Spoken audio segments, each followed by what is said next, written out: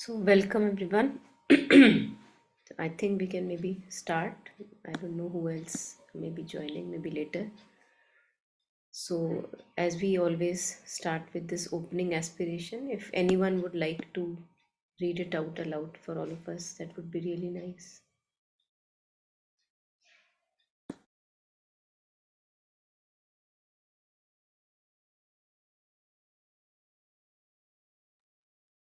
I'll read opening aspiration with boundless compassion and wisdom. I will work for the welfare of all.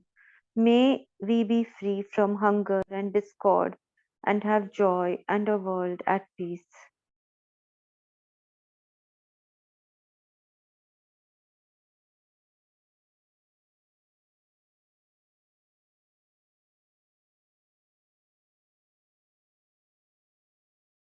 Yeah, thank you. So, I think let me see where we left last. Okay.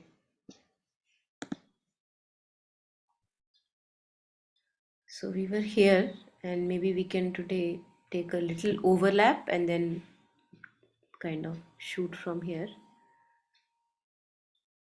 So starting from what we have to do is listen, reflect, and meditate. So this is an overlap that we can take, and then we can take further. Yeah. Would anyone want to go ahead reading the paragraphs?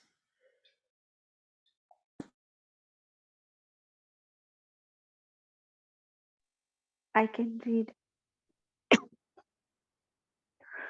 Ho- What we have to do is listen, reflect, and meditate. First, we have to accumulate the knowledge. We have to listen to the Dharma teachings. Traditionally, in the Buddha's time, things were not written down. So, in the sutras, they always talked about listening because they didn't have books. The first thing we need to do is listen. This includes reading, studying, downloading off the internet, all of that. Any acquisition of knowledge is considered listening. Listening means to study the Dharma. We take it in, we read about it, and we hear about it. But then we have to think about it, to reflect on it. It is not enough that we just take it in. It is like food. We take a bite, but then we have to chew it in order to digest. We don't just swallow it in great big lumps. We have to think about what we have read, what we have heard, and really try to understand. If we have doubts, that's fine, no problem. We do not have to believe blindly. The Dharma says that we have to believe because we understand. If we don't believe something, then put it aside for a while or go study more.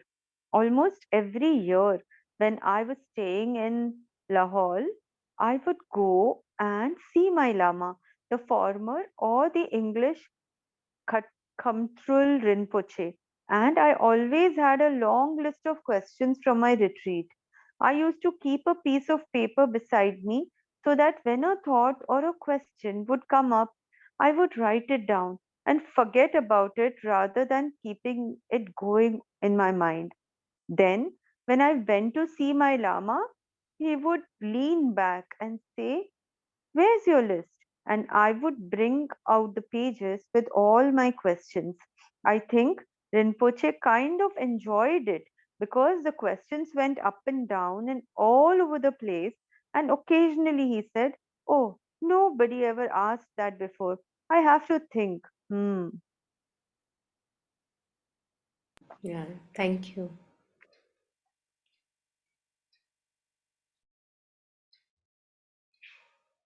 So I think this we were reflecting upon last time, the aspect of listening, and not just listening or reading, but to reflect upon it. Whatever we have read or heard in talks or discussions, we ruminate about it. And I think we were discussing that we are anyway ruminating, about things. So why not ruminate about understanding really deeply, going beyond the appearances of things, rather than, ruminating of loopy thoughts and loopy stories. We can put the same rumination here to reflect upon things, the way we live, the way we should live, the weaknesses and the transcending of weaknesses, and the tools that we have read, heard, discussed, all that has to be reflected and contemplated upon. Yeah. And I think this is also very nice because many a times we read books, even spiritual books that may give many, many tools, and we read it in get great big lumps, the phrase that she's using here. So there it almost, I can say, of course, say, yeah, see, I have finished reading these many books. We can maybe create a badge and put it on our collar. But the thing is that it doesn't do any good. Nothing changes in us. We remain the same. So it's very good to chew it in very small, small, little bits, same as we do with food. We it is said that every bite that we take, we have to, I think, if I'm not wrong, what I heard is we have to chew it about 32 times, something like that, so that it's really, made to really fine little pieces, and that can be absorbed. And I feel that it's same with whatever we hear, listen, reflect upon, that we take it in little doses, and then ruminate, chew, the regurgitation, reflect, so that it really breaks down to little understandable pieces, and kind of becomes a part of our being.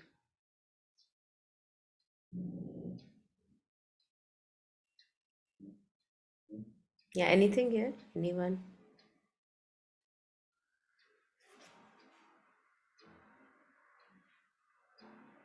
I see, otherwise, we read so many books and nothing touches us. Have you seen?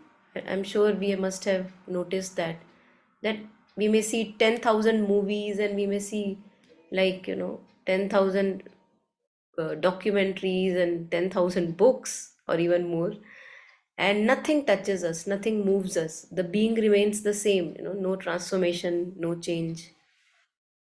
So that's very interesting. Yeah.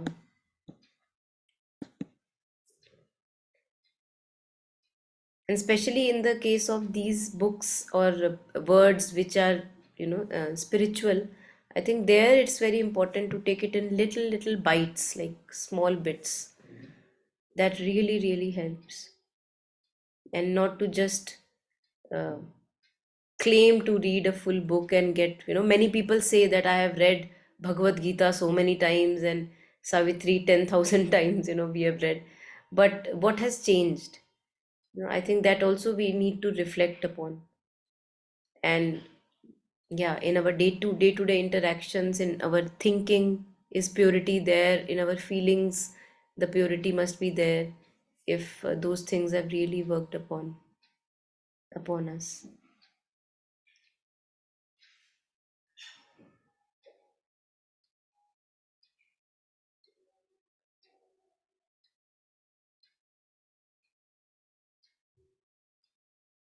Yeah.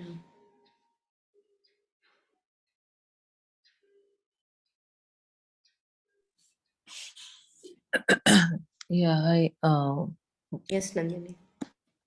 yeah.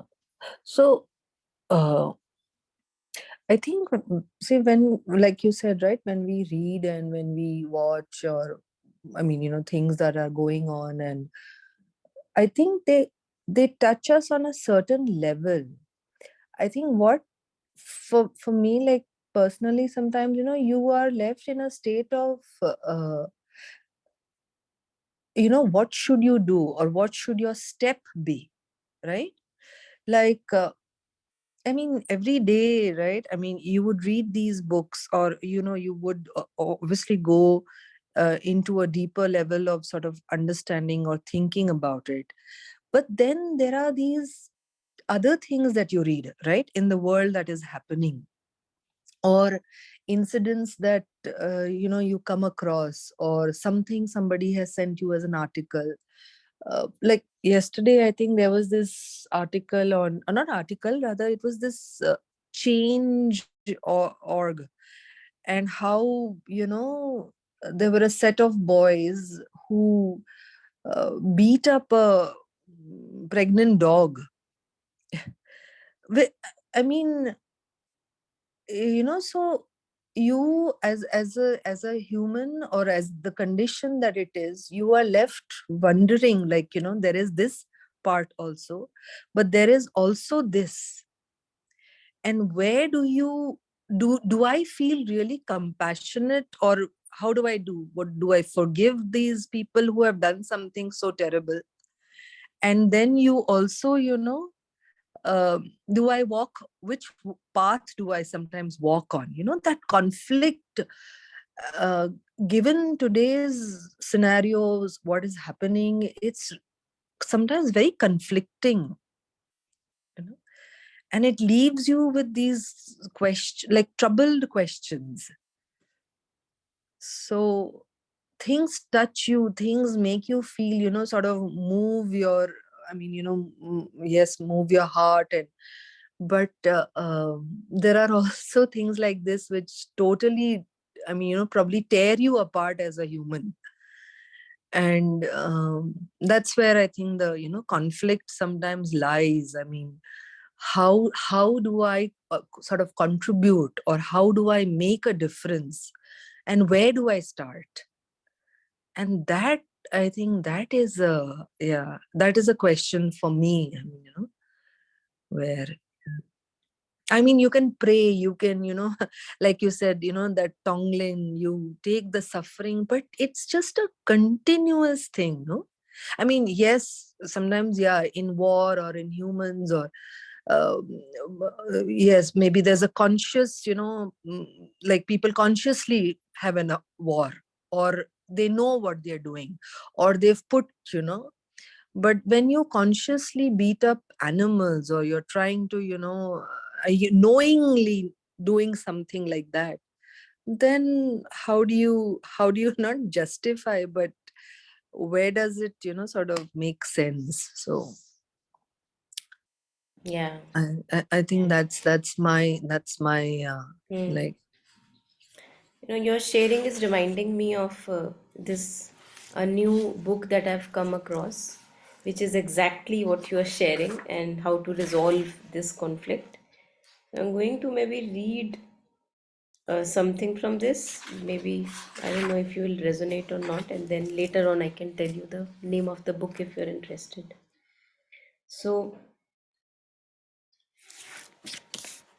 how can we stand on the threshold between suffering and freedom and remain informed by both worlds? With our penchant for dualities, humans tend to identify either with the terrible truth of suffering or with freedoms from suffering. So this is what you were sharing, that you are at the edge. Like, Hmm. Yeah. so what she shares here is that we have such a enchantment. Either we are just suffering, or we just want to be just away from suffering. When we are on the edge, that what the condition that you were sharing, that you see suffering and you can't be insensitive to it. Now, if you feel too much, then you become incapacitated, you can't act. So where is the right balance? So that is what it is about.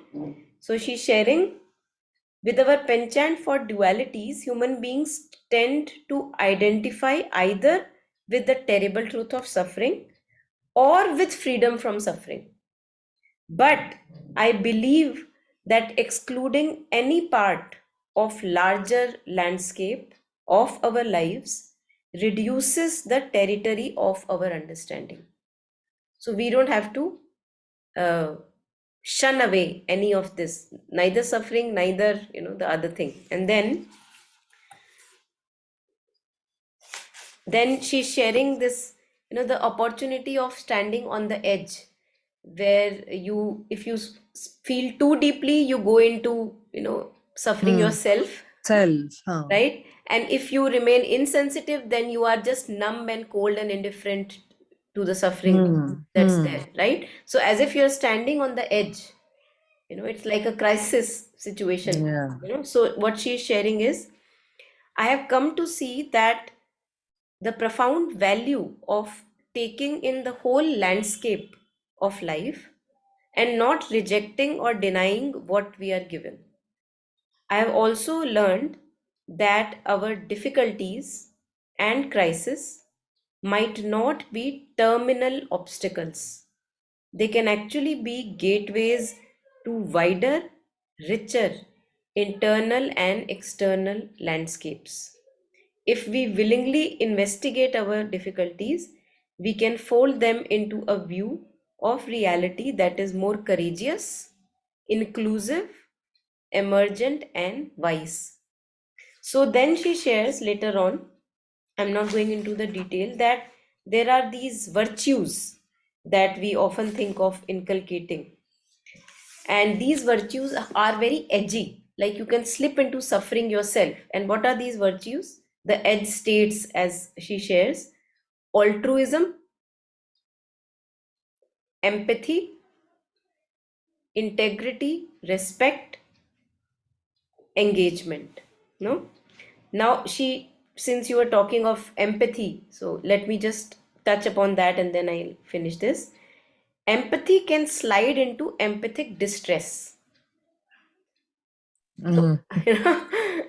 you yourself become very Mm. distressful This. seeing the suffering of others. So, that is Mm. what we have to save ourselves from, because then you become incapacitated, no? That you can't even become like stone, that you feel totally indifferent. And if you become too sensitive, then you are yourself incapacitated and suffering. So where is the middle state, now? Mm-hmm. Now she shares, when we are able to sense into the suffering of another person, empathy brings us closer to one another, can inspire us to serve, expands our understanding of the world.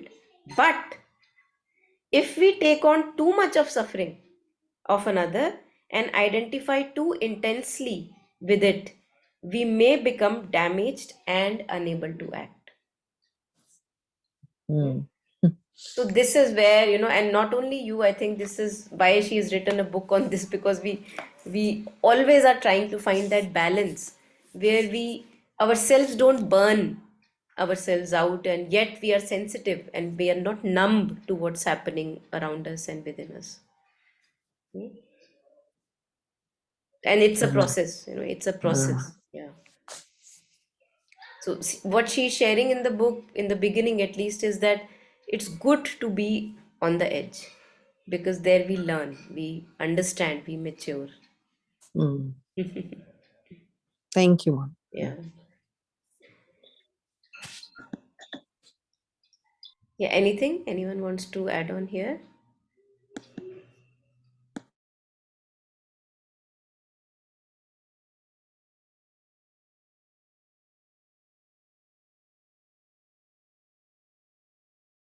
Yeah, small thought that's coming to me.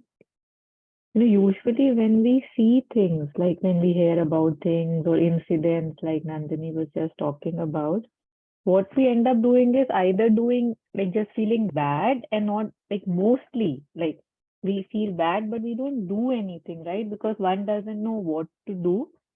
And yet, in this particular case, I have often seen, and again, it would be true from our lives too, that children, like she said, a group of teenage boys, right? Like sometimes, that peer pressure that you don't even want to, it's not appearing right, but you don't know how to stop, right? You don't want to be the one who says, no, no, it's not right. So you know how it's like I was reading, I just started a book by Jane Goodall, and she says that hope, when we say that, okay, is there any hope left? We feel that hope is passive. वो सुबह कभी तो आएगी. Now you go and have your tea. But she says that no, hope is a very active state, right? Like, okay, this is what I hope, and what am I doing for my hope? So again, if such incidents, are causing us pain and suffering, and of course they have caused others, like Nandini was sharing pain and suffering, the least I can do, and it's not least, I mean, at least what I can do is just see that what could be the situation, and I can sensitize my children more, right? Like just doing something that, okay, it didn't go unnoticed, right? Like it created some ripple. And yeah, so just like, I think just, I don't know, it's like I don't know what to do about it, and I end up doing nothing. And yet, the small, small things that we can do, raising little bit of awareness, or just, I don't know, doing a circle in your society that this happened, what are your views on this, with teenagers and stuff. Sometimes I feel that we feel it doesn't matter, right? But I just want to put this question that I mean, not a question, but it does matter. Like such initiatives, even if one child would be there who could understand, that would matter. So we must use this also to do certain things that we can do if we are not comfortable hearing about things, and try to make a difference, no matter how small it might appear. Yeah, thank you. Yeah, Taru, thanks for that. Yeah, I get it because see, I mean, I mean, like you said, to do something about it. I think it's a, like, a small initiative in our community right now. We're trying to, bring some awareness about having pets and how to deal with pets, right? But in the I, I mean, in the larger spec, like you said, yeah, even if one child or one person, it impacts, uh, uh I mean, it's wonderful. But in the larger spectrum, when you look at it, the sometimes a simple like thing like this and the attitude towards it, right? I mean, so someone will casually put up a comment and say, oh, look at the state of human condition, or yahan pe hum log we're talking about dogs. I mean, what a trivial thing to, which, yes, I mean, it does, it does create some tension or whatever. But yeah, you of course you continue doing it. But it's just that sometimes to reflect that, is this what we have become? It like even like I think Monica said, right, in the book, she says not to yeah, I think most of the time the state is like we are walking in a numb condition. We are just, it's just going on, and it's just going on, and it's going on, and in between we've put these little things and sort of, which, yes, may impact in some ways, but on a or may not. So you can do the best that you can, but yet, yeah, you sometimes, at least, yeah, for me, I do wonder that, when you think about that, is this what we have become, right? And our like even simple things, right? Somebody will say in a community, say, please do not pluck the flowers, right? I mean, because whatever, they've kept it there for beauty, harmony, whatever that they, but there are those few who will come in the morning and you seem to notice and somehow clip the lovely flowers and take it for whatever that they are using it for. And yeah, so I mean, you're just wondering, right? So that edge, where are we? You're left wondering, right? That there is a certain set of things that you do, and there are certain things that we don't follow, in spite of having trying to make things better. But yeah, so yeah, but anyway, thank you. Yeah. Yeah, I would want to add that, when you say that, okay, when we have questions like this, is this who I have become or we have become? The fact is that yes, but I don't have to be this way, right? If say somebody is saying that, why would you think about a dog when humans are suffering? So the question is, okay, then if you don't want to do anything about a dog suffering, Could you tell me what are you doing for human suffering? What is your contribution? And the person most likely would say nothing, right? Because the person who would ask a question like this most likely would not be doing anything. So, those questions can further be asked, and we can that, okay, I am like that. I do get numb. I do end up doing nothing. And yet, this time, maybe I don't have to be numb. Maybe this time I can do something. My past does not dictate my future. And if I've been numb too long, that should further be a fuel to the fire that, not anymore. And of course, those questions, like you said, would come. Sometimes, even I have this thing, when I hear something about animals and stuff, that, so much suffering, even in human beings, is going on. But then I cross question it, that why is a human's life more important than of a dog? I ask myself. And then I have no answer, right? So if these questions come, we can take them up within ourselves and outside. Yeah, I guess. Yeah, that's it. Thank you. Yeah, thank you. Yeah. Yeah, on a yeah. I mean, see, small like groups like ours, we do discuss it, right? But on larger platforms, sometimes it just sort of these questions or the answers do get washed down, and they don't really. It's not about yeah, reviving, but yes, I guess, like you said, maybe it's a continuous sort of journey in terms of looking at things or trying to understand much more into its depth. I would probably thanks.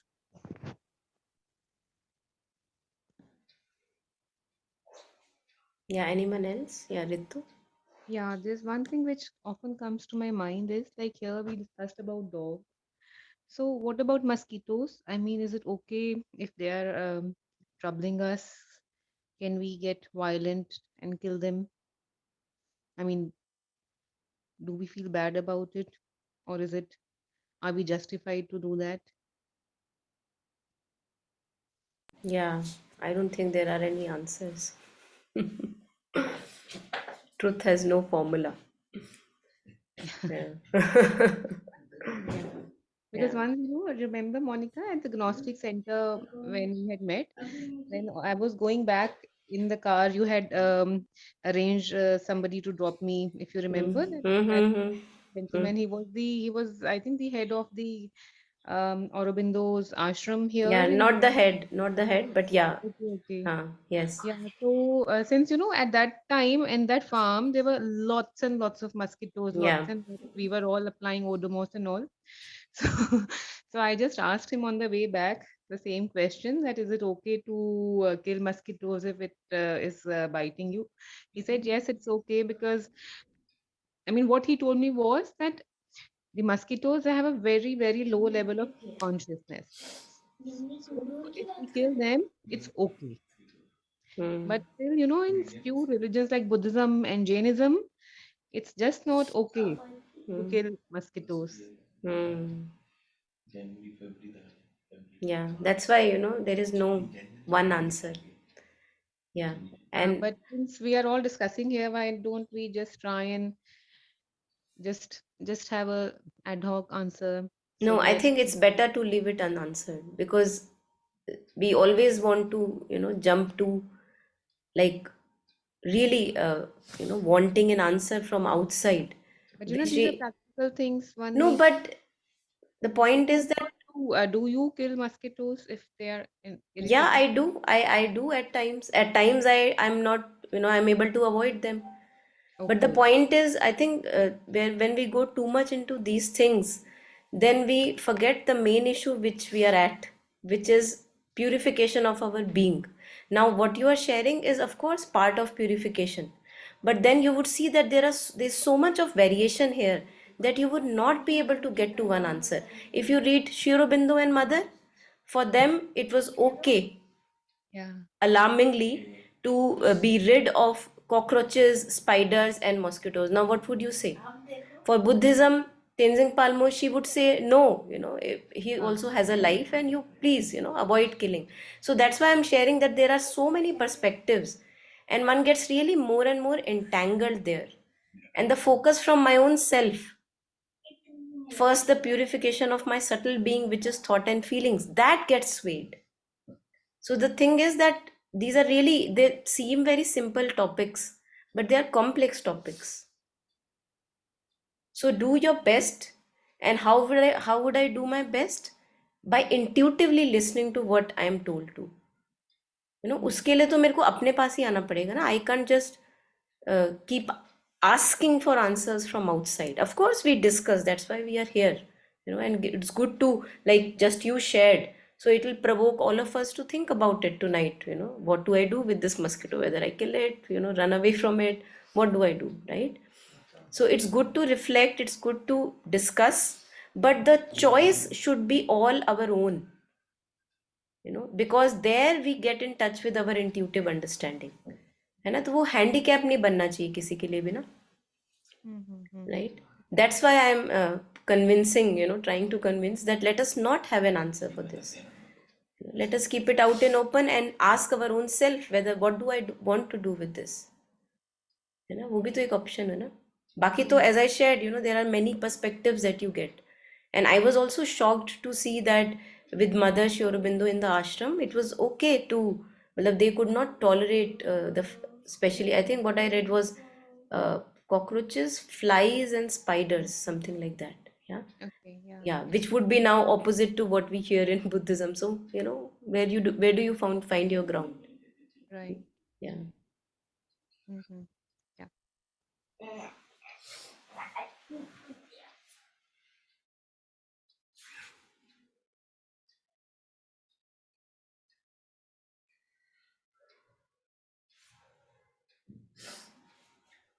So I think just sensitivity that Nandini and Taru were reflecting upon. Jiddu Krishnamurti has said, in his words to teenagers and young people, that keep your sensitivity alive, keep your discontent alive. The discontent that Nandini was sharing, that how is this happening? What have we become? This discontent, because this is the discontent which propels us further to become a better and better and better version of ourselves. And I think what Taru was sharing, that if we, and also connecting what I read from the book, that if we really think in this direction, that oh my god, what have I become, and go too deep into it, then the little action that I could take is not taken, because we drain our energies there. So that's the balance I think each one of us have to find, which from the book Hope, Taru was pointing at, that this is the hope, that because I am moved, because I am sensitive, that is why I can take action. If I was numb, of course there is no point, what is the action to be taken? But see, I am not numb, I am moved. When anybody suffers, I am moved. So that whenever one is moved, rather than thinking, oh I am moved, oh what I am what have we become, because when we go into this direction, we really really become incapacitated to take even a pinch of that action that we could have taken. So I think that's where the crux, for me, is that what Taru was sharing, keep taking what little steps could be different for each one of us. Maybe there is a topic that moves you but doesn't move me, and like there are people who hear about freedom fighters and their blood begins to boil, but there are some that who read about freedom fighters but their blood doesn't boil, so but their blood boils at something else.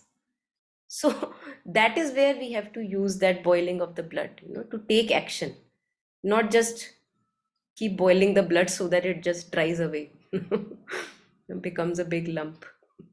That would be too hard. Yeah.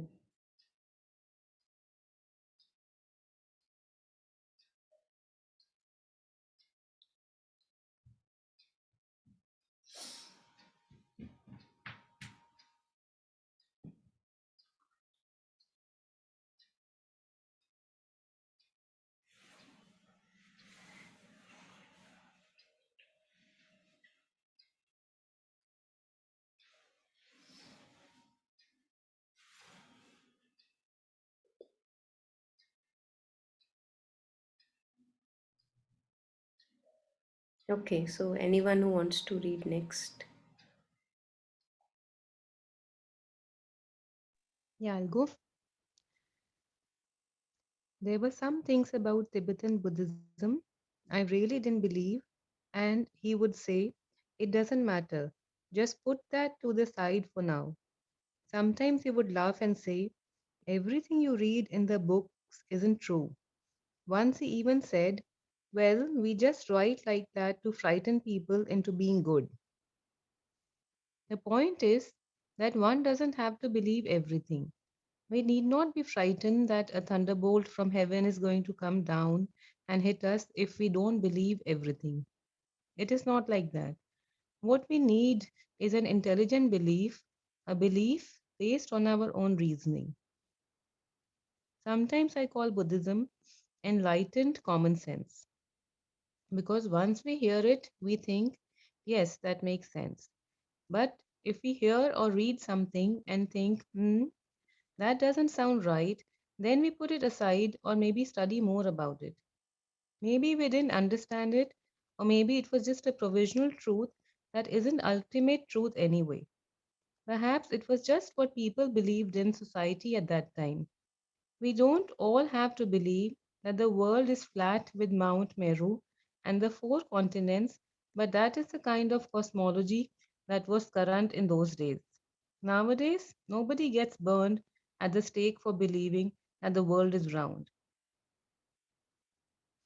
The world is round, the world is flat. In any case, it is all empty. Think things through. Really try to understand. If you don't understand, then read more about it, think more about it, ask questions. Reflection is a crucial part of the Dharma. Yeah, thank you, Ritu. Maybe we can stop here. Yeah.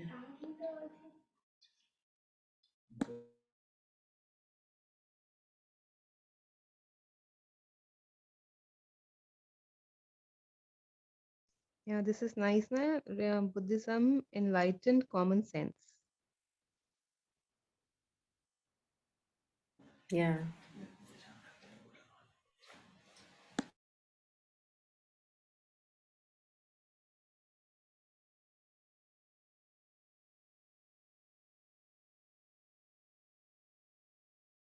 Yeah, any thoughts, anyone?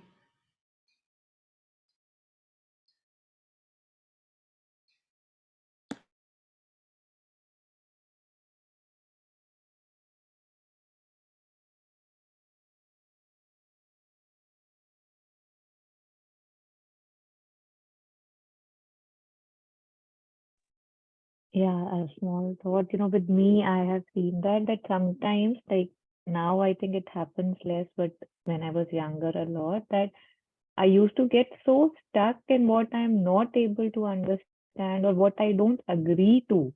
Just in that, how they say tark with tark, that, that discussion, but this doesn't make sense, but it doesn't make sense. That it's like, I think it's like, throwing the baby out with the bath water. That what the thing is trying to tell me, I'm not able to focus on that. For example, a very common example is say Ramayana.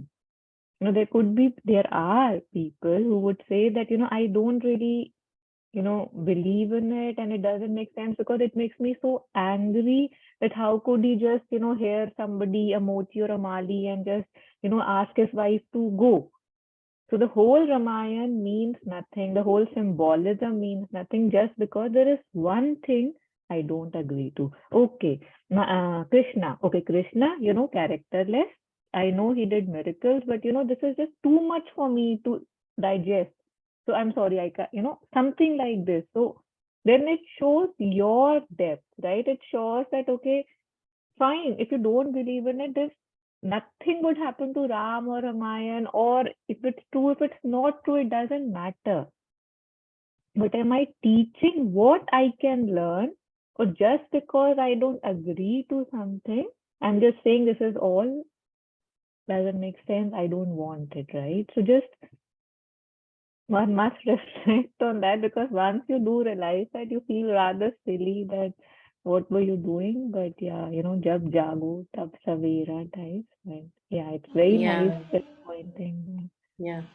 On this, there is a couplet by Kabir where he says, साधु ऐसा चाहिए जैसा soup सुभाए सार सार को गही लए थोथा दे उड़ाए. So he says in English it would be that I need such kind of a sadhak on the path, one who would always in everything just have the essence of the matter, crux of the matter, and whatever is light trivia, not really worth including, that he notices and lets it go. And he always latches on, catches on the crux and essence of the matter. So that's what we must. Otherwise, the whole thing is gone, as you said, and completely gone in front. And many a times, I see people, I've discussed many a times also regarding this, that we begin to discuss personalities. Now that's a very, very dangerous affair, I believe, especially spiritual personalities, because we have no clue, as Mother says, that mind cannot understand these things. It doesn't have the capacity. So when we begin to analyze and, with our little limited mind, we begin to try to understand personalities, especially spiritual personalities, then we get into real big trouble, because then whatever their teachings are, words are, they also go into the dustbin if I'm not liking the personality. So it's a very dangerous affair, to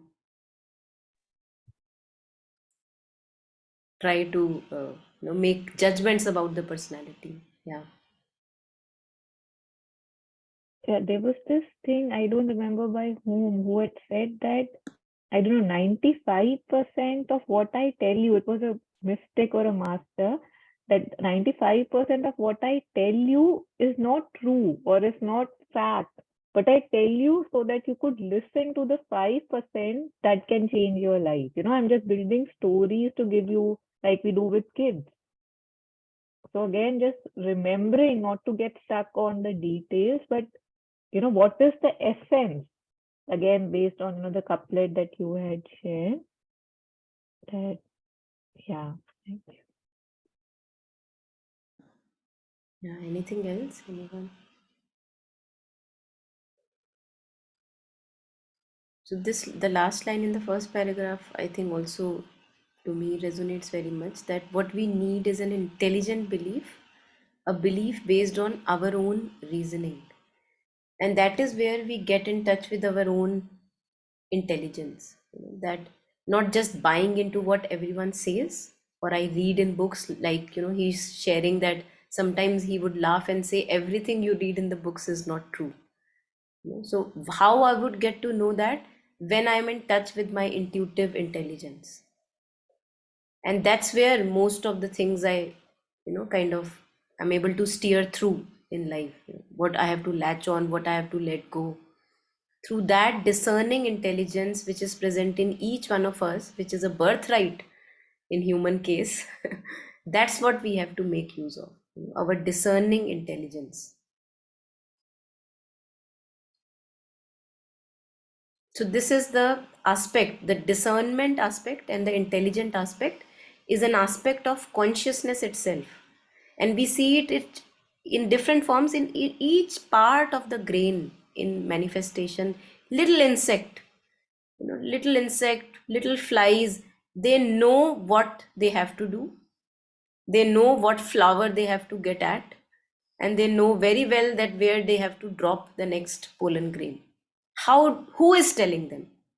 So that's the consciousness, that's the intelligent consciousness, which is guiding them without even knowing that they are being guided. And that's how we are also, as human beings, guided, if only we pay a heed, inwardly, and we listen to that guidance.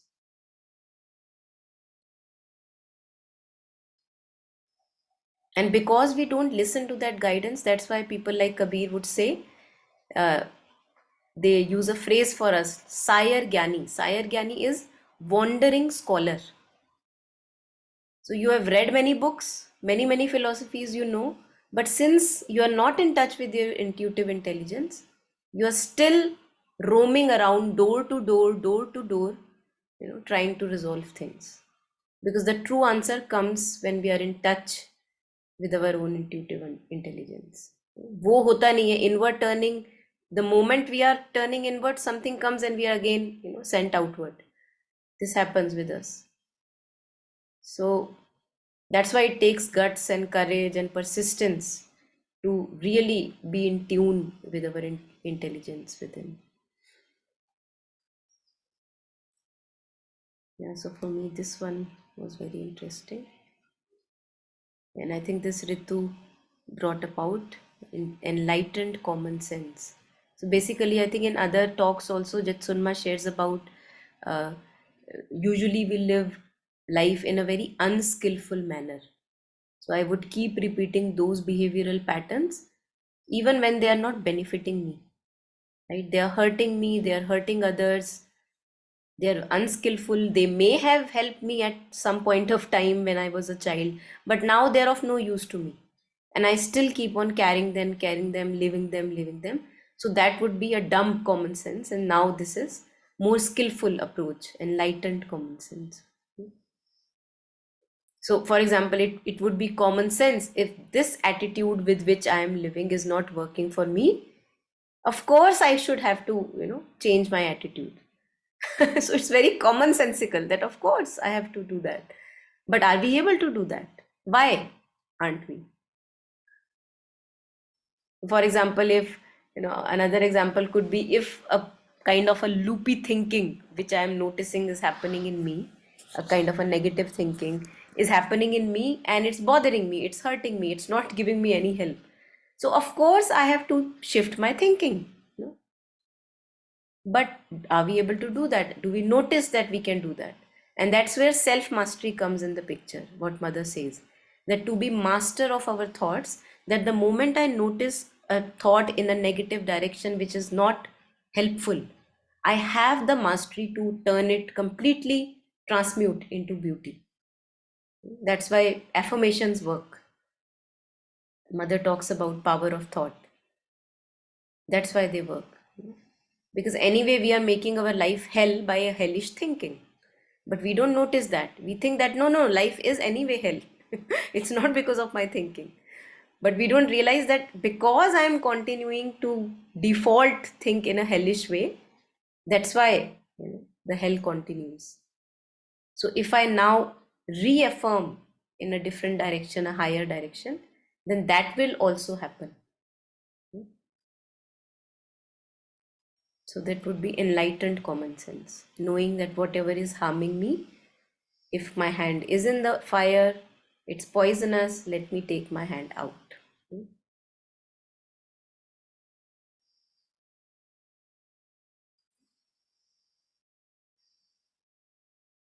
And on this, I'm remembering there was a recent anecdote shared by the mother. Maybe some of us may have received it, those of us who get these mails from Sri Aurobindo Ashram, Pondicherry.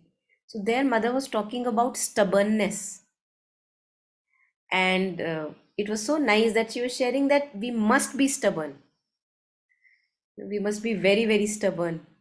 And that's how we can change, the attitude with which we are living. That since I know that by following this attitude, I am suffering, so I'm now persistently after a new attitude, which is a higher one and which is beneficial.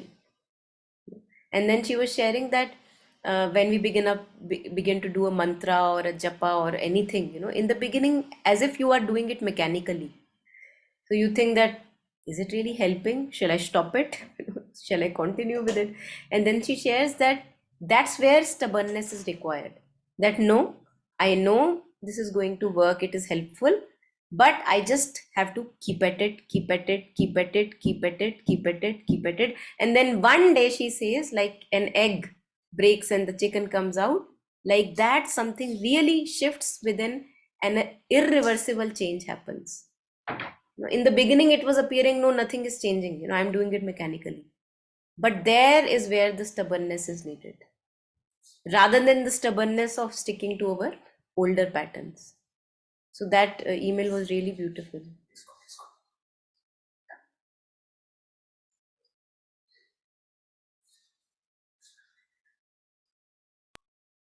On the same lines, there was something in the incarnate word that I had read, which I had really found useful for me. Somebody, Mother was saying that somebody was asking about anger. So she said that basically there is something in me, how we are not one, we are many, right? So there's something in me which doesn't want to get angry, which sees very clearly that this is not good for me, this is not good for anybody. And yet there is something in me which doesn't mind it that much. It has no control. So again, she talked about stubbornness, having that will that come what may. So because otherwise, it's like the war is between myself. There's no third person. So that's why even the opposition and the attack and the defense gets very weak, and I stay where I am. And that's why again that stubbornness is needed to stick with the one who doesn't want it.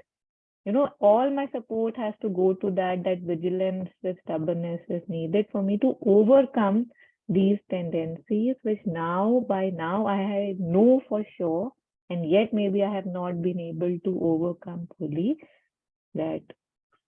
Yeah. Absolutely, yes. Yeah. So I'm just I had this page from email open, so I thought I'll just share this. Uh, this comes from Sri Aurobindo Society, and I think Mr. Srinivasan, he compiles things very beautifully, regarding different little topics. So here in the beginning, he gives the example of mother where she shares about the egg. That in the beginning, does you think that nothing is happening, and then suddenly the chick comes out. And then she shares that then at once, you don't know why or how, you sit down and poof, everything bursts wide open. Everything is ready. Everything is done. It's over. You emerge into a full psychic consciousness and become intimate with your psychic being. Then everything changes. Everything changes. Your life completely changes. It's a total reversal of your whole existence. And in the beginning, it was appearing like, nothing is happening, nothing is happening. So that's very interesting, this contrast. Below also, so somebody is asking, if only I had a method. And then she's sharing that don't go on the methods, because everyone has to find his own unfolding, is his own method, no matter how many methods you may read about in books. And here of japa, shares something which I thought was really nice. Yeah, would anyone want to read this?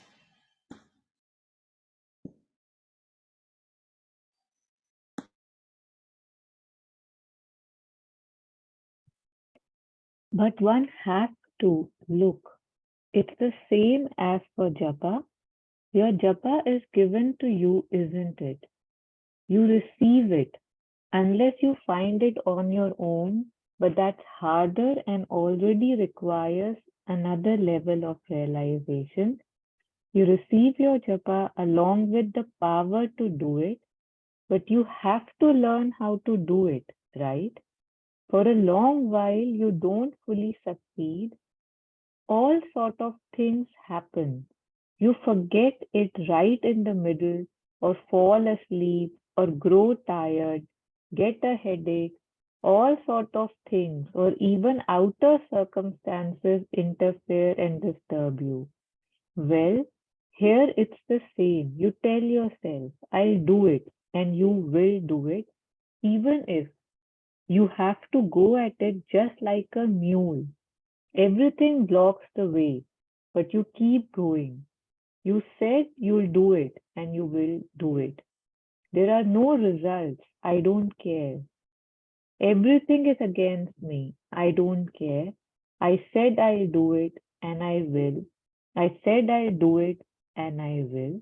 And you keep on going like that. It's the same thing in your case. It depends on what you want to achieve. Should I stop? No, I think you can go on. Okay. It's little one, yeah. Simply what I told you about sleep or resting, for example, ought to be enough. On that, you base your own discipline or on words that were uttered, or gesture that were made, or ideas you have received. You establish your own discipline.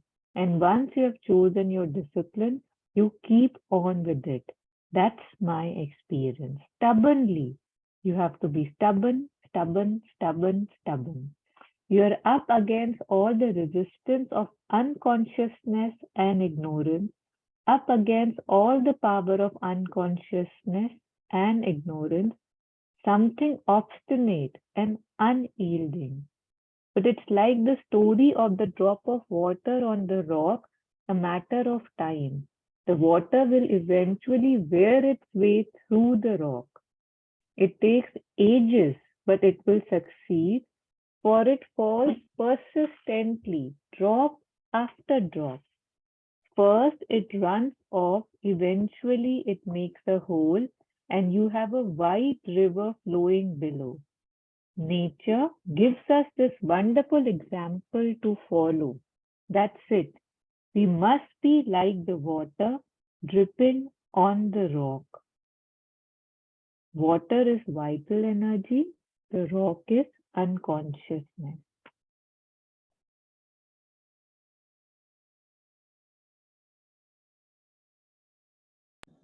Yeah, thank you. So this is, the drip, drip, drip, drip, drip that we have to keep going. Because if there is just one kind of a splash and then gone, no dripping, then the work doesn't get done. And that's why I think Jetsunma also shares that don't make big plans for yourself. Don't just sit one day, oh, I will begin to meditate and at a stretch 1 hour, and then after 10 days, you remember yourself that, where is the meditation. So every 1 minute, every 2 minutes, whatever discipline we can create in the morning, 2 minutes, in the morning, 5 minutes, but that has to be persistent. I think that's where Jetsunma, again, we hear her again and again sharing about the discipline part, that it doesn't matter how long it is, but it matters that it is consistent and persistent. That's what.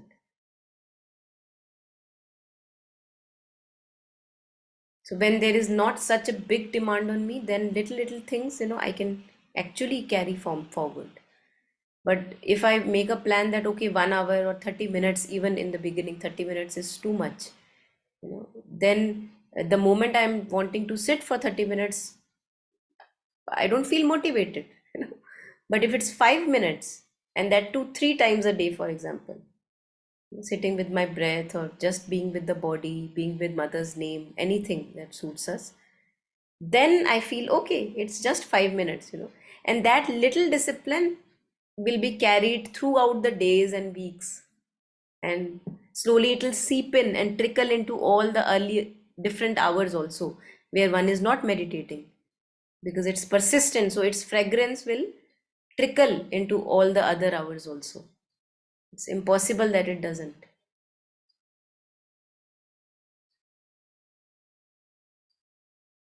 Yeah, anything here? Anyone wants to add on, share?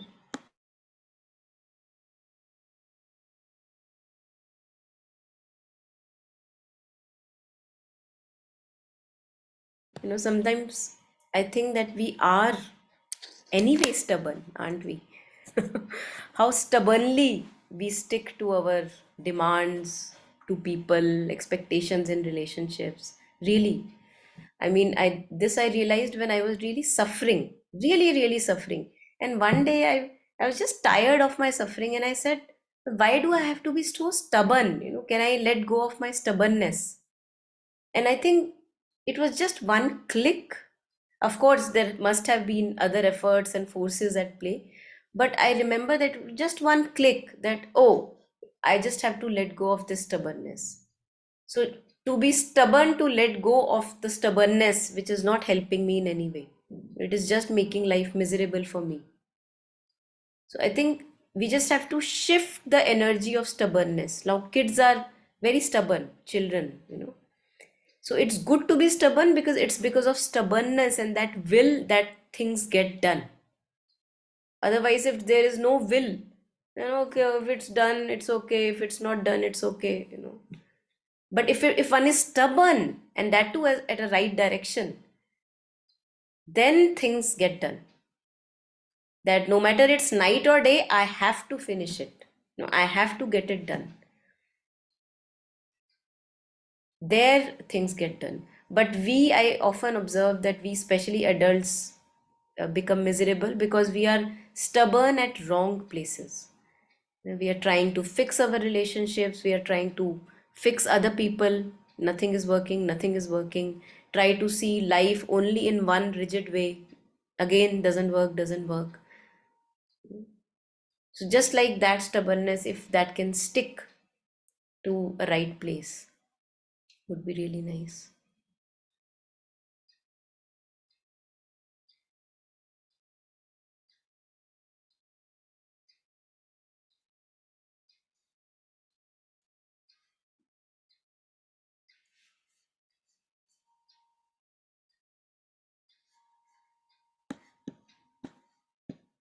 Okay.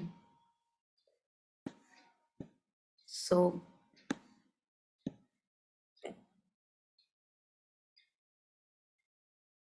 yeah. So I think this is also very nice that we can put things aside if something is not making sense. You just keep it aside. That doesn't sound right. Then we put it aside and maybe study more about it. To expand our consciousness, to make the mind even vaster about it.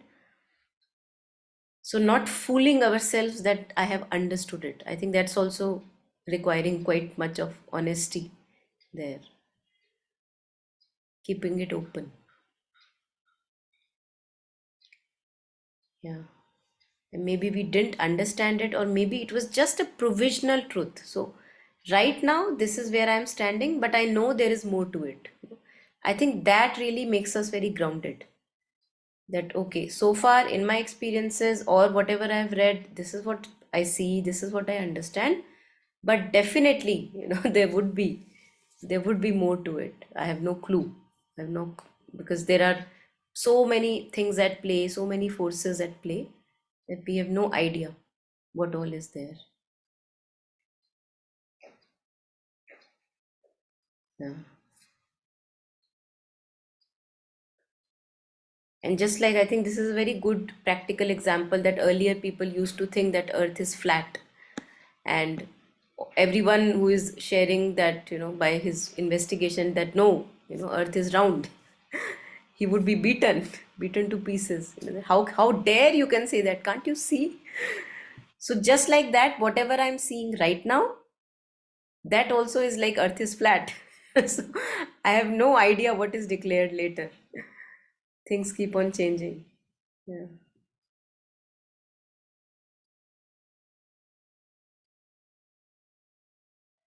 So today I may think, oh, I have become wiser through my age.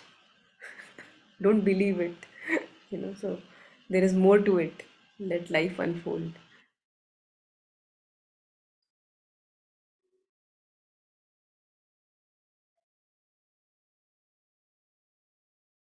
Okay, so maybe we can take up these two last passages and then we can maybe reflect over it. So these two passages, then most important of all. Anyone feels ready?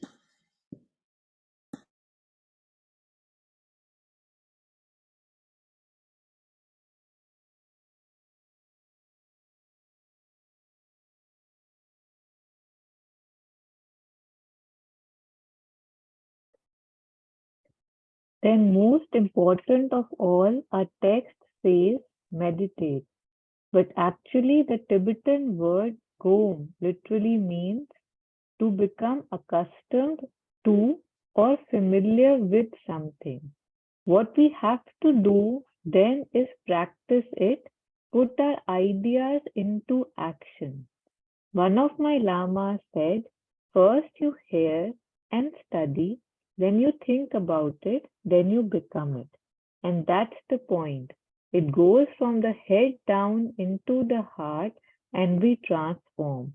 Then spontaneously what we say, what we think, and what we do comes naturally from our understanding.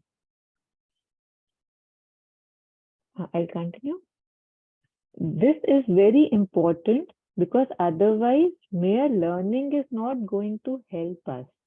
I once went to see Trijang Rinpoche, who was a key tutor of His Holiness the Dalai Lama. His first question, of course, was, "Who is your Lama?" I said, "Khamtrul Rinpoche." And he replied, Khagyu. Well, the thing with the Khagyu pass is that they practice. That's the emphasis with the Khagyus. Then he turned to his secretary and said, at the time of death, what is going to help us? A head full of book knowledge or genuine understanding and realization in the heart? You know, you don't need to study so much. What we need is to study, understand what we have read, and then really practice it and put it into our heart. That is what is going to help us.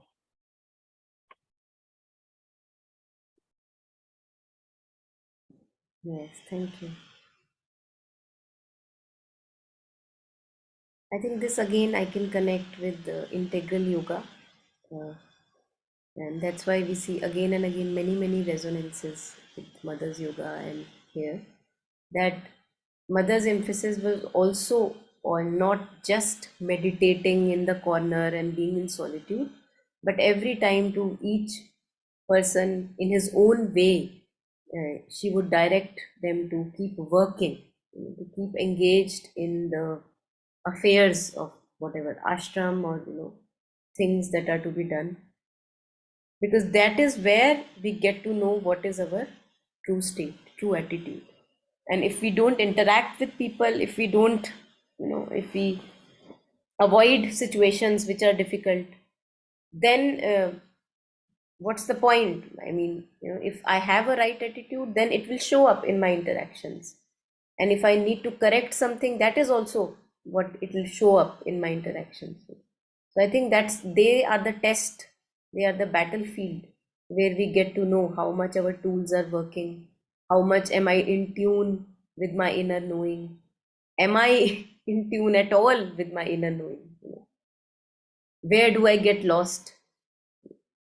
Where do I lose myself?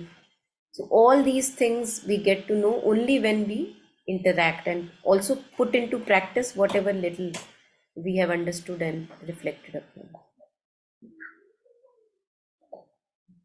Otherwise, I think it's very common. I mean, most of us may have glimpses of that very common to see that many a times we come across people who may have read very much, really, and that becomes nothing but a label on my shoulder, that see, I have read 10,000 books of Jiddu Krishnamurti, so and nothing has changed.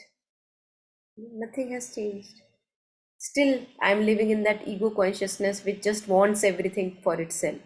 Now this badge that I want. So I think it's very important, although it seems like very cliche that okay, whatever you have read, put it into practice. Appears very cliche. But then when we read and then we are interacting and we get to know, oh my God, I have no clue how to deal with this situation. Then we realize what waters are there and how much ground is there beneath our feet. And then we can improvise, of course, then we improvise further. What works, what doesn't work, all that we get to know. And what works now may not work in the next situation. What is not working right now may work in the other situation. So keeps changing. Yes, Ritu, please go ahead. Yeah, the same thing, in the Vedantic philosophy also, they emphasize so much on these three things: Shravan, Manan, and Nitidhyasan. So Shravan would be listening, reading, hearing, and that's, they say, is so, so important. And then Manan is thinking about it. And like here in the book, they said, just see what works for you, what doesn't work for you. So that's Manan, thinking within your own self, being your own um, guide. And Nitidhyasan would be practicing it daily. So Nitidhyasan is also like an exercise, like we physically exercise. Similarly, whatever we are reading and whatever we are trying to process in our minds, practicing it on a daily basis like an exercise. Beautiful, yes. Dr. Alok Pandey had once shared that if you want to just practice your will a little, he suggested that try to be on time.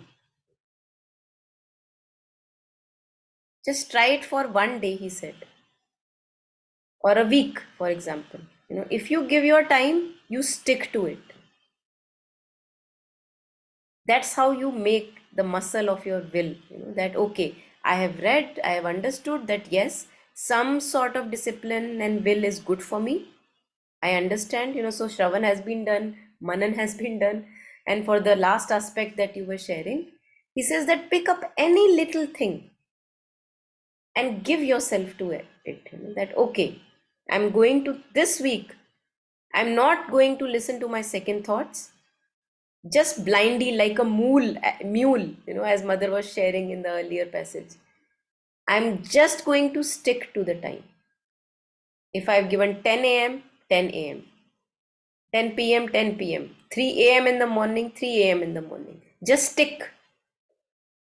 And then you will realize, he said, he was also pointing that then you will realize how challenging also it can be.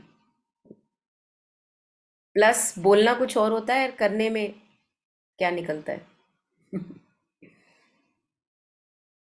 And then I think then we also can respect, not that people are demanding respect over there, but I think we really respect those people who actually kind of, for example, in this case, would turn on time.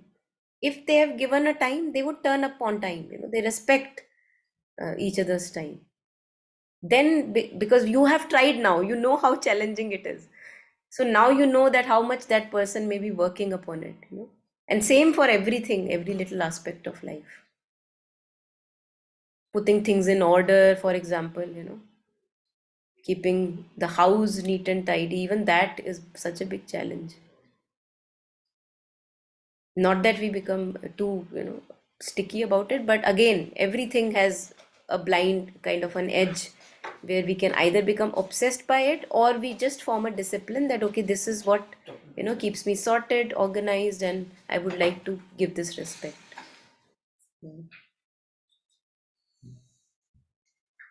Yeah, anything, any last comments, anyone?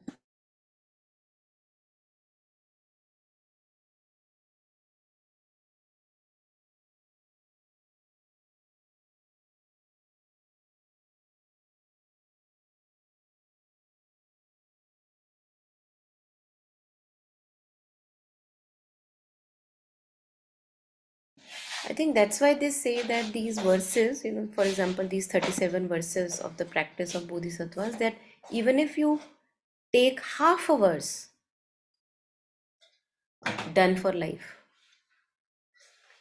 Reflect over it, contemplate on it, practice it, practice it, practice it, implement it. Enough. But the problem mostly with us is that we keep on reading everything, but even half a verse is never picked up. It's like I have read 10,000 verses of practice of Bodhisattvas, but even half a verse, no practice in life. There we go back to our old slippery grooves. Yeah. Anyway, it's a long journey. Yeah. Anyone, anything before we dedicate?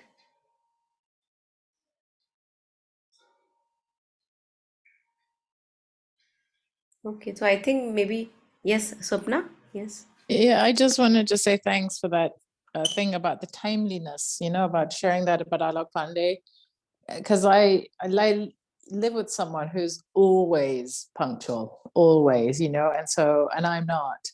I'm often I always think of it as like, oh, Indian timing, European timing. I'm talking about like social events. Of course, if I have a work commitment, I'm usually can hit it, but like for parties or get-togethers and stuff. And I see now like, wow, yeah, I try to be on time. I don't manage, and I never looked at it from that point of view of just appreciating, just how much it takes, to be such a punctual person, because otherwise it was just looking at that tendency as expecting too much out of me, or why can't he just like chill out, relax, it's just a social event, is going to go on for ages or whatever, but it's like, yeah, it's unbelievable how many times I think, well, this time I'm going to be on time, I'm going to be ready 5 minutes before to get. And usually, I don't know, it's like the brain is on or the body is on a different clock. So I think I'm going to try that one out, just see for the social events if I can be on time, because I never thought about something so trivial as a yogic exercise, and it's true, at every moment we have that practice. I just never thought of that particular situation, but it's a really good one. Yeah, great. Yes. I think maybe we can decide, each one of us, if we want to take one little thing. We don't have to share that. We can do it, privately in our own silences. Maybe just one little thing and practice it for at least 3 days at a stretch. For example, if every time you think of a person, you know, immediately you get worried, concerned, and then you decide that, okay, whenever I think of this person, now for 3 days, I'm just going to transmute my thoughts. I'm not going to get worried. Just this little thing, one aspect of one person, one worry. So if one little thing we take, then we can actually know how this thing works, and actually we can make a shift, in ourselves. Anything that is bothering, which is not serving us in any beneficial way, maybe we can pick it up and try. Yeah. So anyway, thanks everyone. And before we leave the session, let's just take one moment in silence to share the merit that we gather from this session today with all the sentient beings. May all of us have peace at heart and joy and progress in life.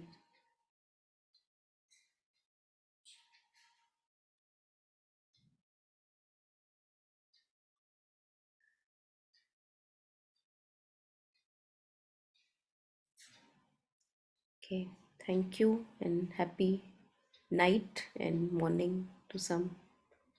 Good night, everyone. Thanks for joining.